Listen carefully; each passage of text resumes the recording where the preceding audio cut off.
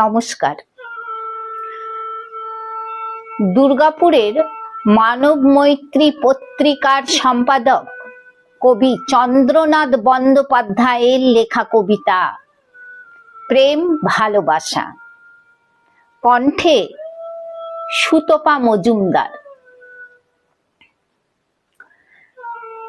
বেশ কিছুদিন আগে শুনেছিলাম কোনো একটা কোর্ট কেসে স্ত্রী স্বামীর সঙ্গে বিচ্ছেদ চেয়েছিলেন মিষ্টি মুখে হেসে।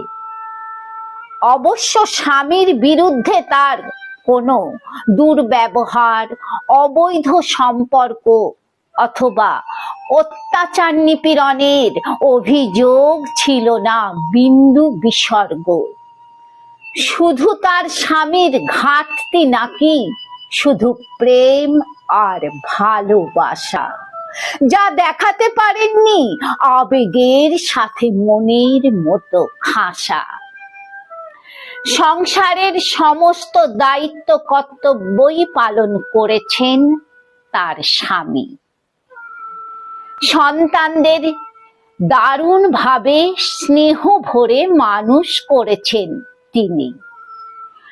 অর্থ সম্পদ বিষয় আশয়ের অভাব নেই তাদের সংসারে, কারণ তারা দুজনেই চাকরিতে রোজগার করেন দুহাত ভরে। তবে সংসারের নিত্য নৈমিত্তিক কাজে অভিযোগকারিনীর স্বামী তার কর্মে, রান্না পরিচ্ছন্নতা সহ গৃহকাজে সময় দেন না একটুখানি। প্রেম ভালোবাসার গল্প মিষ্টি মুখে বলতে পারেন না স্বামী এখন।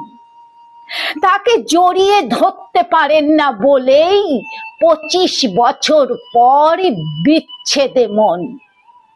অবাক কাণ্ড নয় কি প্রেম ভালোবাসা সম্পর্কে ওই রমণীর?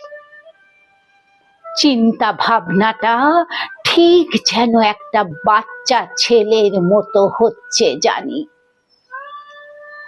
শুধু মন বা হৃদয়ের ভাব দিয়েই হয় প্রেম ভালোবাসা? দায়িত্ব কর্তব্যের বৃহৎ কর্মে কি পূরণ হয় না সেই আশা?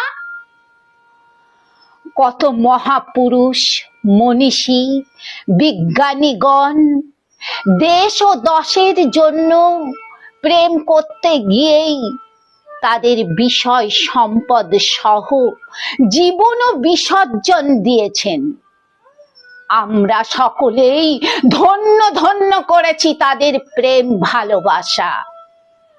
এমনকি সেই প্রেম ভালোবাসা পেতেই মানুষের জাগে আশা।